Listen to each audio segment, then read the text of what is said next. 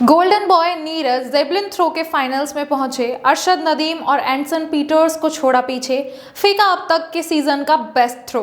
नीरज चोपड़ा और उनके मुख्य प्रतिद्वंदी अरशद नदीम पेरिस ओलंपिक में आमने सामने थे, जहां भारतीय एथलीट नीरज चोपड़ा भाला फेंक स्पर्धा में अपने खिताब की रक्षा के लिए तैयार हैं। मंगलवार को शुरू होने वाले क्वालिफिकेशन राउंड में नीरज चोपड़ा और पाकिस्तान के अरशद नदीम ग्रुप बी में भिड़े, जहां चोपड़ा का व्यक्तित्व सर्वश्रेष्ठ थ्रो 89.94 मीटर है, जबकि नदीम ने हाल ही में 90.18 मीटर का रिकॉर्ड सेट किया है। जहां क्वालिफिकेशन राउंड के लिए 84 मीटर का मानक तय किया गया है और फाइनल्स में जगह बनाने के लिए हर एथलीट को इस मानक को पार करना होगा, जो कि पेरिस ओलंपिक के 11वें दिन में भारत के गोल्डन बॉय नीरज चोपड़ा ने जेवलिन थ्रो के फाइनल्स के लिए क्वालिफाई कर लिया है। उन्होंने अपना पहला ही थ्रो 89.34 मीटर्स का फेंका, जो कि सीजन का बेस्ट थ्रो था।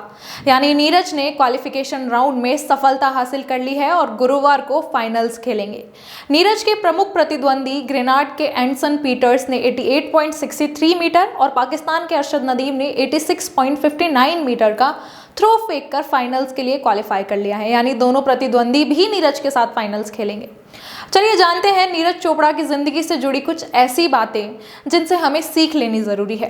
अगर हम नीरज चोपड़ा के लाइफ और करियर की बात करें तो ये असाधारण प्रेरणा और उपलब्धियों से भरा हुआ है। उनकी यात्रा हरियाणा के एक छोटे से गांव खादरा से शुरू होकर ओलंपिक और विश्व चैंपियनशिप में स्वर्ण पदक तक पहुंची है। उनकी कहानी न केवल एक एथलीट के संघर्ष और सफलता की है, बल्कि समर्पण, मेहनत, ठहराव और धैर्य की मिसाल भी है। जब बचपन में मोटापे के कारण उन्हें स्थानीय बच्चों द्वारा चिढ़ाया जाता था, तो इससे प्रेरित होकर उन्होंने व्यायामशाला में एडमिशन लिया। खेल की दुनिया में उनका पहला कदम पानीपत के शिवाजी स्टेडियम में भाला फेंकने वाले कुछ प्लेयर्स को देखकर शुरू हुआ। बिना किसी प्रशिक्षण के उन्होंने 40 मीटर का थ्रो कर दिखाया, जो कि उनके पहले कोच अक्षय चौधरी ने उनकी इस प्रतिभा को पहचाना और नीरज ने 2016 में पोलैंड में आयोजित विश्व अंडर 20 चैंपियनशिप में स्वर्ण पदक जीतकर 86.48 मीटर का वर्ल्ड रिकॉर्ड बनाया। इसके बाद भारतीय सेना ने उन्हें राजपूताना राइफल्स में जूनियर कमीशन अधिकारी के रूप में नियुक्त किया और फिर 2020 के टोक्यो ओलंपिक में नीरज ने 87.58 मीटर के थ्रो के साथ में स्वर्ण पदक जीतकर फिर से इतिहास रच दिया और स्वर्ण पदक को स्वर्गीय मिल्खा सिंह को समर्पित किया, जो कि उनके आदर्श थे।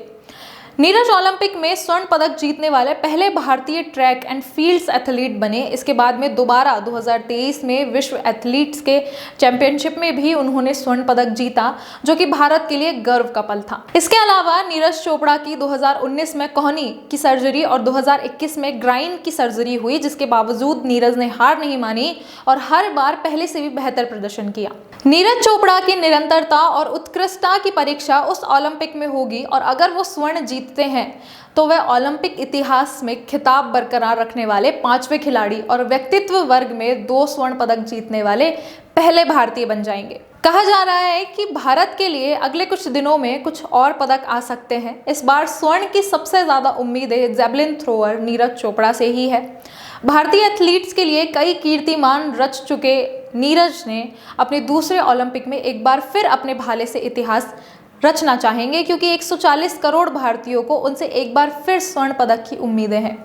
नीरज चोपड़ा की कहानी प्रेरणादायक तो है ही और यह भी साबित करती है कि यह सही मार्गदर्शन, कठिन परिश्रम और अटूट विश्वास से हर असंभव चीज को संभव किया जा सकता है।